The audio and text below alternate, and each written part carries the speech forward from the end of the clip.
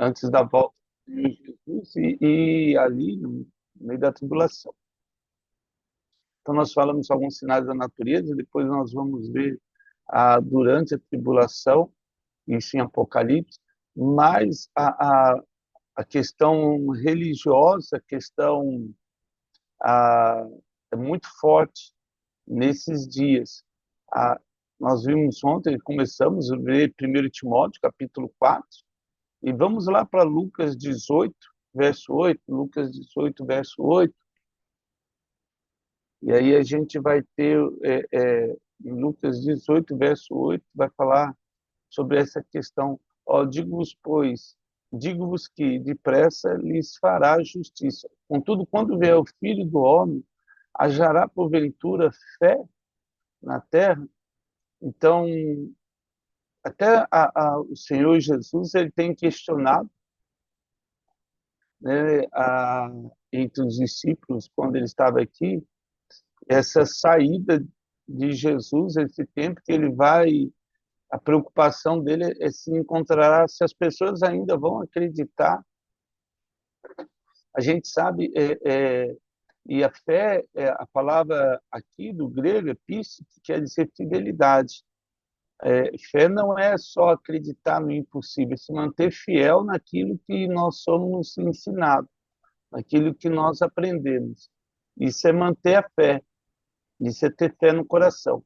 Em Mateus 25, verso 5, vamos lá para Mateus 5, verso 5, desde aquela época as pessoas já eram diferentes com relação a Jesus, principalmente quanto mais religioso, Mateus 25, verso 5. Desde aquela época as pessoas já eram muito indiferentes com relação a Jesus, principalmente os religiosos. E tardando o noivo, a parábola aí das 10 virgens, foram todas tomadas de sono e adormeceram. Mas, à meia-noite, ouviu-se um grito. Eis o noivo, saiu ao seu encontro. Então se levantaram todas aquelas virgens e prepararam as suas lâmpadas. As necias disseram às prudentes: dai-nos do vosso azeite, porque as nossas lâmpadas estão se apagando. Mas as prudentes responderam: não, para que não nos falte a nós e a vós outras, e diante aos que vendem e comprai. E saindo elas para comprar, chegou o noivo, e as que estavam apercebidas entraram com ele para as bodas do cordeiro. Então foram salvas e fechou-se a porta. Mais tarde chegaram as virgens nessas, clamando: Senhor, Senhor, abre-nos a porta. Mas ele respondeu: em verdade vos digo, não vos conheço. Vigiai, pois, porque não sabeis o dia nem a hora. Deus sempre vai trazer esse alerta com relação a vigiar. Nós não sabemos o dia nem a hora que Jesus vai voltar, mas sabemos e cremos e temos a certeza que Jesus voltará. Então, nos cabe realmente vigiar e tomar essa prudência, que às vezes nos falta. Tomar essa prudência, prestar atenção e realmente buscar aquilo que Deus tem nos ensinado. 5 tinham azeite, na verdade todas tinham azeite. O Espírito Santo ele está em nós. Parece que assim algumas se deixaram esfriar e desacreditar na palavra do Senhor. E aí foi diminuindo, diminuindo, até elas não acreditarem mais. A igreja virou uma religião. Então, quando nós olhamos a igreja primitiva, até a igreja da Idade Média, a ganância do homem, as paixões do mundo, distanciar a igreja da Idade Média ao ponto dela ficar irreconhecível. Nos tempos para cá, houve eu acredito que pós Segunda Guerra Mundial, na década de 70 em especial, houve um avivamento na igreja, a igreja católica, e ela se despertou para algumas coisas. Acho que depois de João Paulo parece que ela teve um up aí, e ela teve uma mudança que é muito importante. E hoje a gente vê vários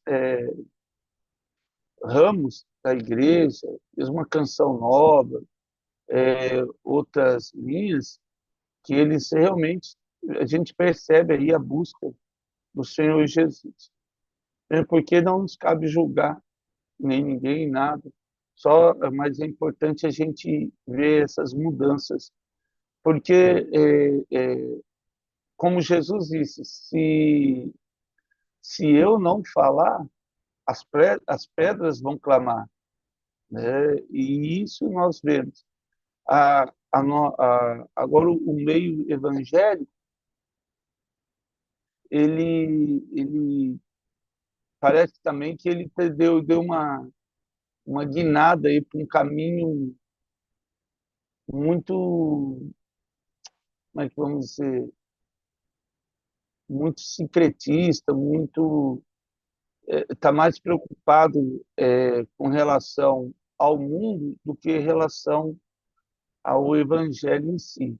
Mas também é só para a gente entender aí essas mudanças. Porque a gente viu isso aí, né? Eu já falei isso no livro de Daniel, no estudo de Daniel, a gente já percebe a preocupação com este mundo aí, a questão de estar em evidência, quando na verdade isso é uma coisa natural, vem do próprio Senhor Deus, se Ele quiser, se não quiser também, o importante é nós estarmos com o Senhor Jesus. Mas isso é importante porque a gente vê que alguém vai perdendo ali. Eu creio que a questão da religiosidade é um perigo muito forte na vida de qualquer pessoa, qualquer cristão. E aí, continuando, em 2 Pedro 3, vamos lá para 2 Pedro 3, verso 3. 2 Pedro, capítulo 3, verso 3. 2 Pedro 3, 3. Então, tendo em conta, antes de tudo, que nos últimos dias virão escarnecedores com seus escárnios, andando segundo as próprias paixões. E aí, aqui é uma coisa muito importante, olha só. E dizendo, onde está a promessa da sua vinda? Porque desde que os pais dormiram, todas as coisas permanecem, como desde o princípio da criação. Então, porque deliberadamente esquece que de longo tempo houve céus, bem como a terra, ao qual surgiu água, e através da água, pela palavra, e pela qual veio a perecer o mundo, daquele tempo afogado em água. Ele está falando do dilúvio. E aí ele fala essa questão do escárnio, não sei se os irmãos lembram, né, essa questão de colocar aquele Cristo crucificado, né? Não sei se foi foi bem uma afronta, né? Não foi no Carnaval. No Carnaval sempre aparece alguma coisinha, e naquela caminhada lá da passeata LGBT, que teve aquele rapaz lá, pessoas que precisam de Jesus, pessoas que estão confusas, parece que a afronta sempre é um caminho, em trazer sabe, esse ímpeto de raiva, de ódio entre as pessoas. Às vezes o diabo tem esse poder, né? As pessoas, às vezes a gente quer acreditar e falar, ninguém entende, e a gente tenta buscar justificativas. E Deus é o único caminho. Jesus é o único caminho. Então, infelizmente, isso aqui é uma falsa ilusão. E o mundo tem oferecido muito isso. E então, isso nós vamos ver e vai surgindo, né, cada dia mais.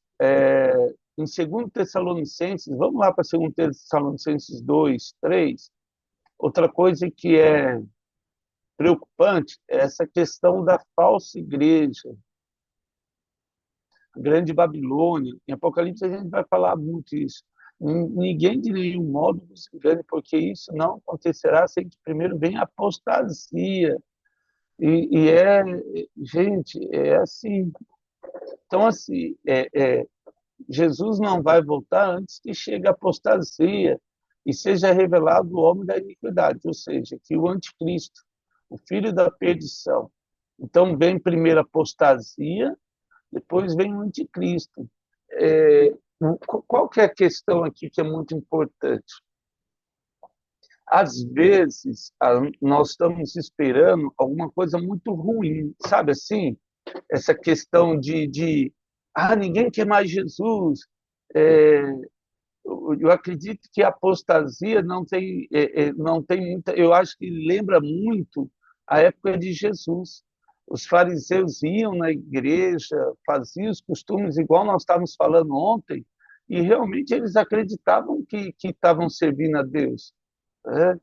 Eles estavam acreditavam que Jesus precisava morrer, porque era uma afronta alguém falar que era filho de Deus. Onde já se viu, e hoje é só o Espírito. Por isso que quem convence o homem do pecado, do juízo, da justiça é o Espírito Santo. Não nos cabe nem julgar, falar, não, olha que absurdo, se eu tivesse lá, faria diferente. Graças a Deus que eu não estava lá nem para testar. É, é, eu estou dizendo que a misericórdia de Deus nos alcançou hoje, graças a Deus. Então, assim, a apostasia, ela está aí. Então, é tomar cuidado mesmo, vigiar e orar, como diz Gálatas, porque a gente não sabe nem o dia e nem a hora. Nós lemos várias vezes Mateus, vamos ler 2 Timóteo 3,12, senão eu acabo ficando repetitivo nos textos. Mas essa questão da perseguição do cristão, a gente leu, viu também nas bem-aventuranças, quando a gente. 2 Timóteo 3,12, ora, todos quantos querem viver piedosamente em Cristo Jesus serão perseguidos, mas os homens perversos e impostores irão de mal a pior, enganando e sendo enganados. Quando ele fala aqui, duas coisas importantes. Todos quantos querem viver piedosamente em Cristo Jesus serão perseguidos. E a perseguição é algo natural. Quando você faz coisa boa, você.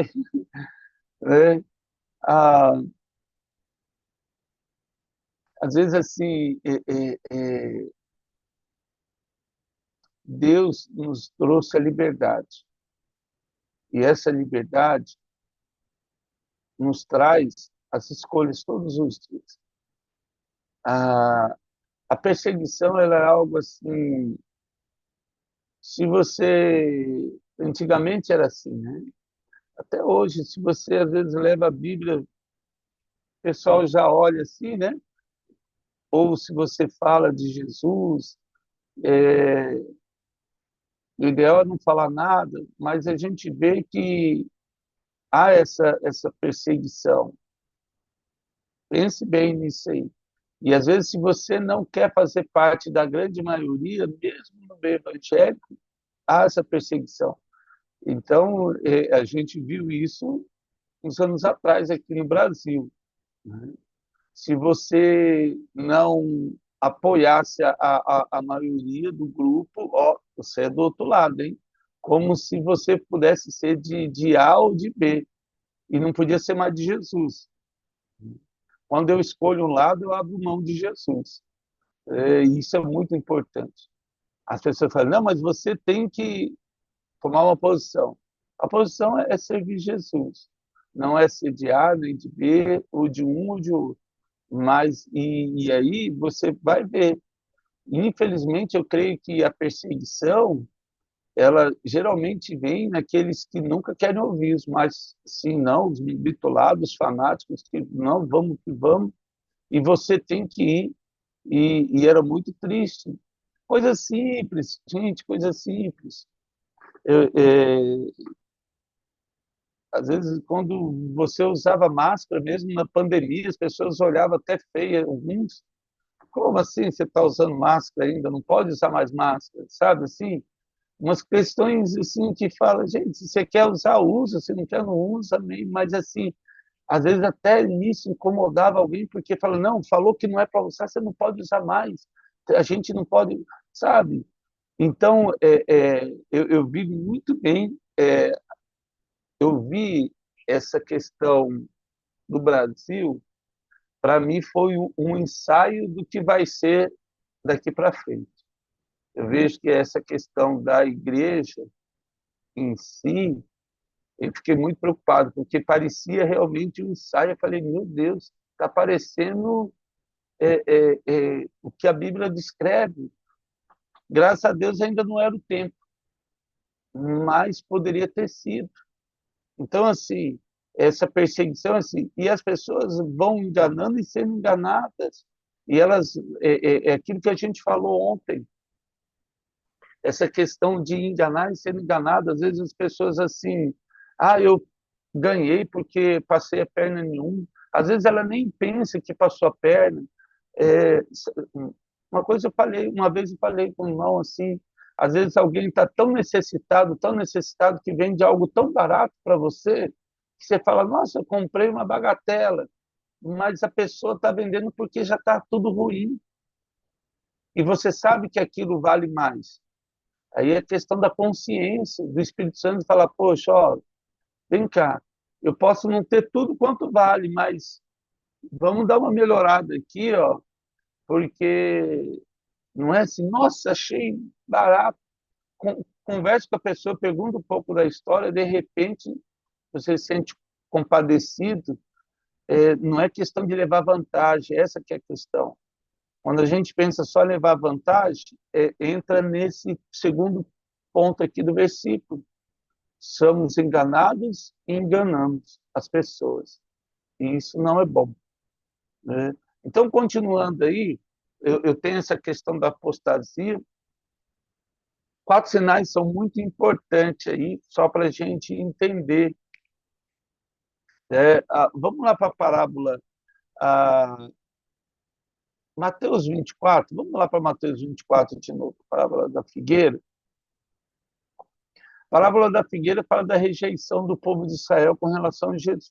Mateus 24, 32, você vai lembrar da parábola da figueira, mas vamos ler Mateus 24, 32. Ó. Aprendei, pois, a parábola da figueira. Quando seus ramos se renovam e as folhas brotam, sabei que está próximo o verão. Então Jesus vinha caminhando com seus discípulos e teve fome, diz a palavra de Deus.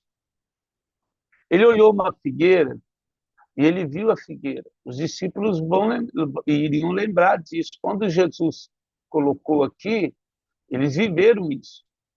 Depois a gente pode ler o texto lá de Jesus. Aí ele foi lá para buscar fruto e só tinha folha. Não tinha nenhum fruto na figueira. E Jesus amaldiçoou a figueira, falou, maldito seja. No outro dia, os discípulos, voltando pelo mesmo caminho, olharam a figueira e viram que ela estava seca.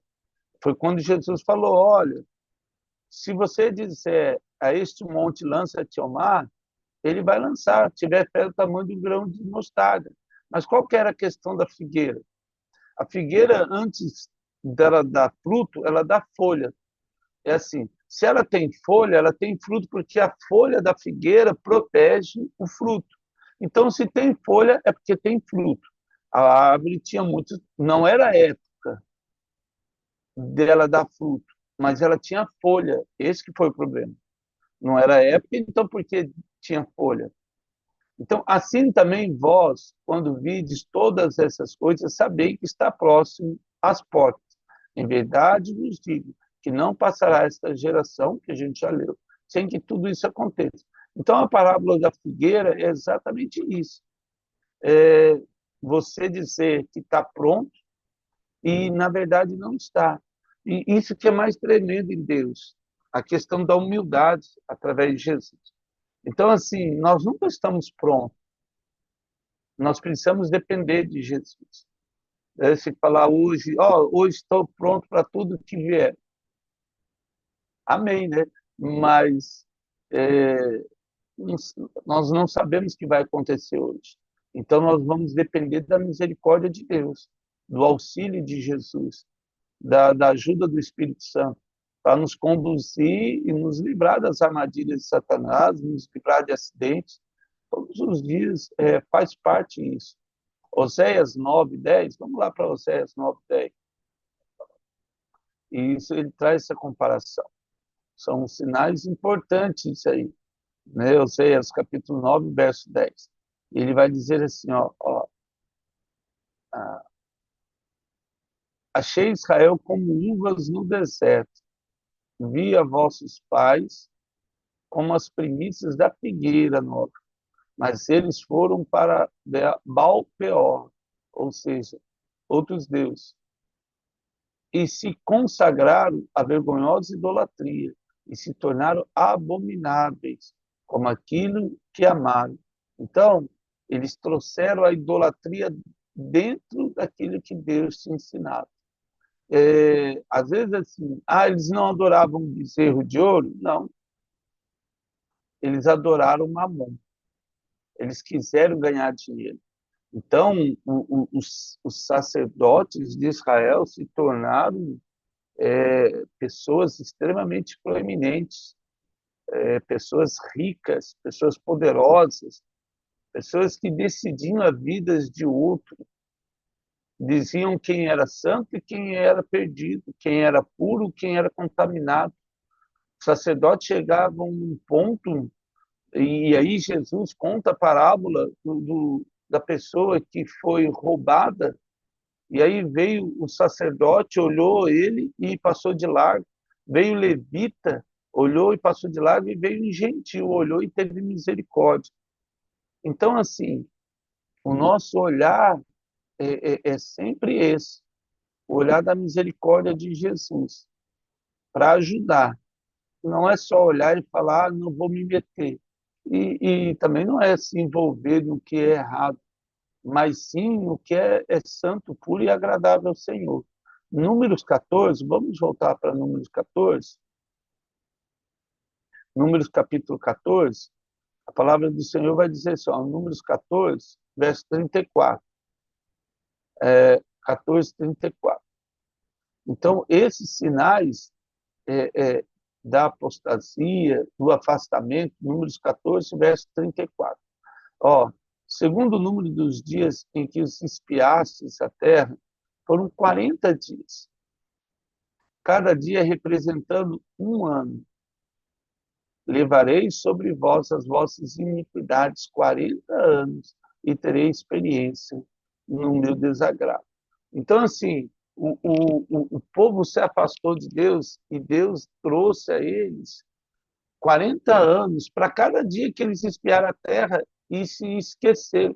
Gente, eles acabaram de ver as 10 pragas do Egito, atravessaram o Mar Vermelho, viram o maná descer do céu, viram a tocha de fogo durante a noite, viram a nuvem cobrir a, a, o povo de Israel, viu a rocha da água, e aí eles chegam na terra prometida, assim, eles vão olhar a terra e falou, meu Deus, tem gigante aqui.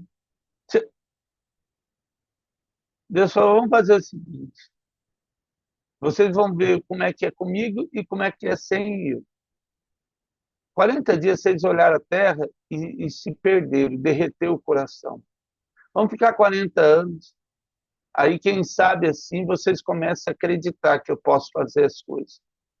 Então, assim, toda essa geração, a gente sabe que ela morreu, com exceção de Josué e Caleb.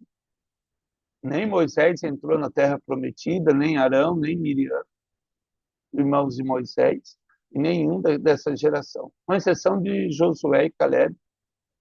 E lembrando que Caleb tinha mais de 80 anos quando começou, assim como Josué.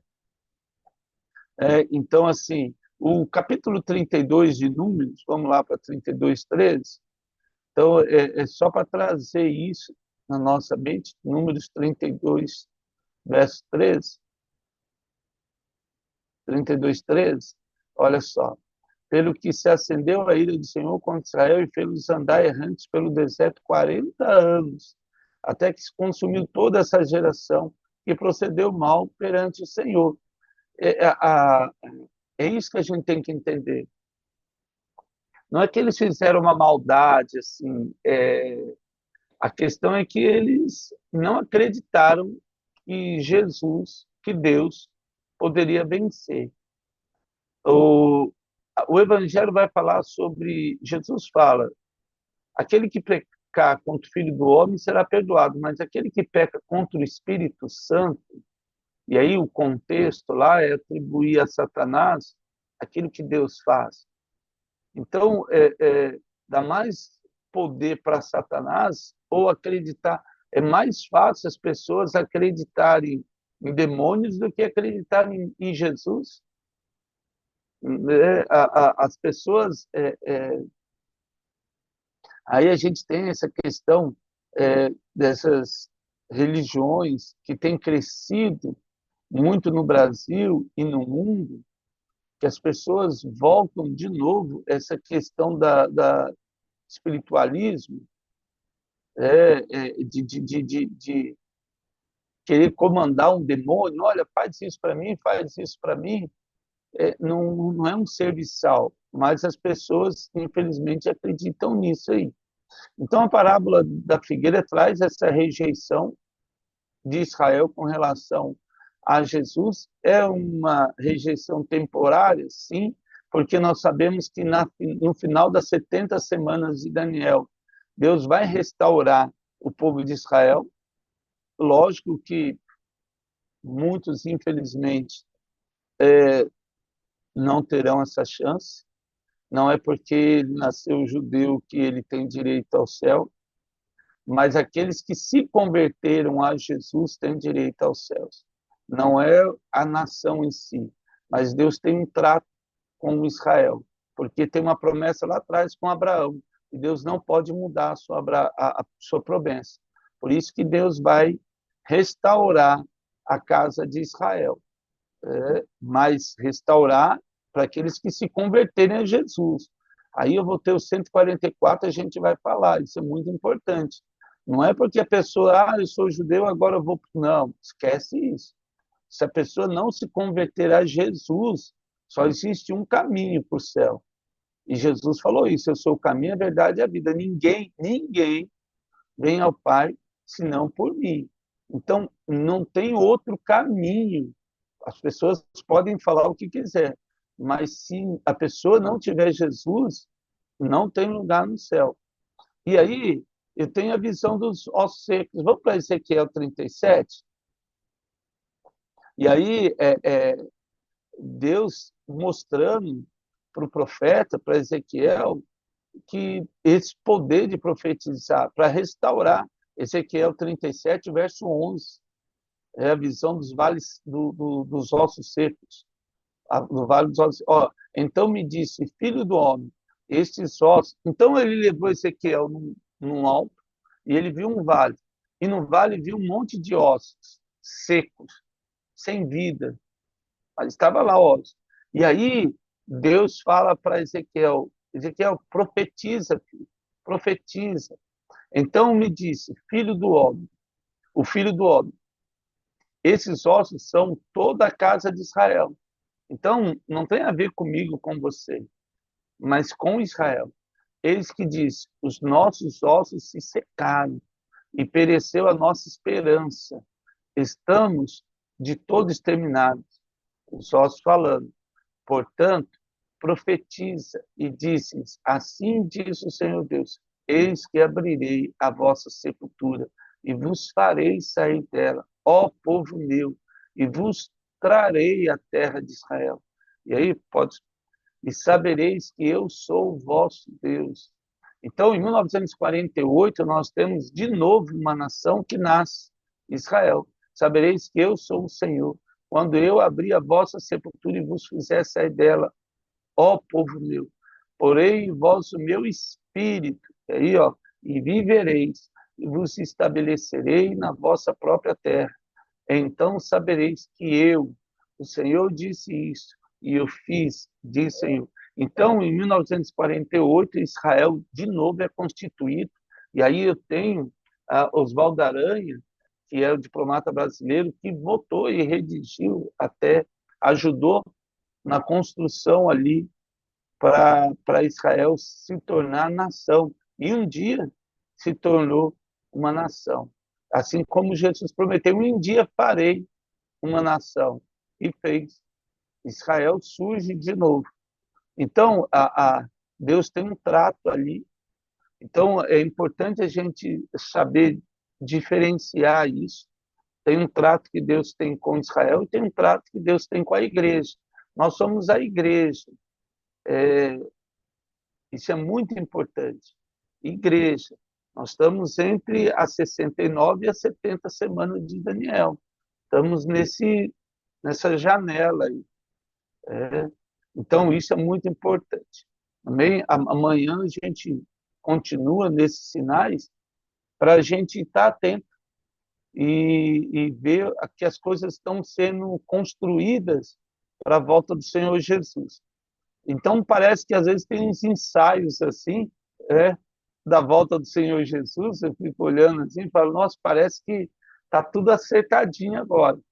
Mas eu acredito que, infelizmente, ou felizmente, infelizmente que eu digo porque ainda tem muitos que estão dormindo, adormecidos pelo mundo, mas graças a Deus que o tempo de Jesus está chegando. Que Deus nos ajude a testemunhar para aquelas pessoas que ainda não entenderam do Evangelho. Nossa maior preocupação deve ser essa aí, com relação a esse povo todo que está desapercebido com relação à volta do Senhor Jesus. Amém? Pai, eu quero agradecer pela vida dos seus filhos e filhas que estão conosco nesse dia. Que teu Espírito Santo possa nos abençoar, trazer a luz da tua verdade sobre nossas vidas, que possamos andar nos teus caminhos. E, ó Deus, nos ajuda a fazer diferença nas vidas que chegam perto de nós. Que eles possam ver em nós Jesus. Nos ensina, ó Deus, a trazer Jesus sobre nossas vidas. Nos ensina a mostrar Jesus sobre nós. Nos ensina a ser Jesus, ó Pai. Que eu lhe peço em nome de Jesus. Amém. Amados, que Deus abençoe nossa vida nesse dia. Que honra estarmos juntos aí. Deus abençoe.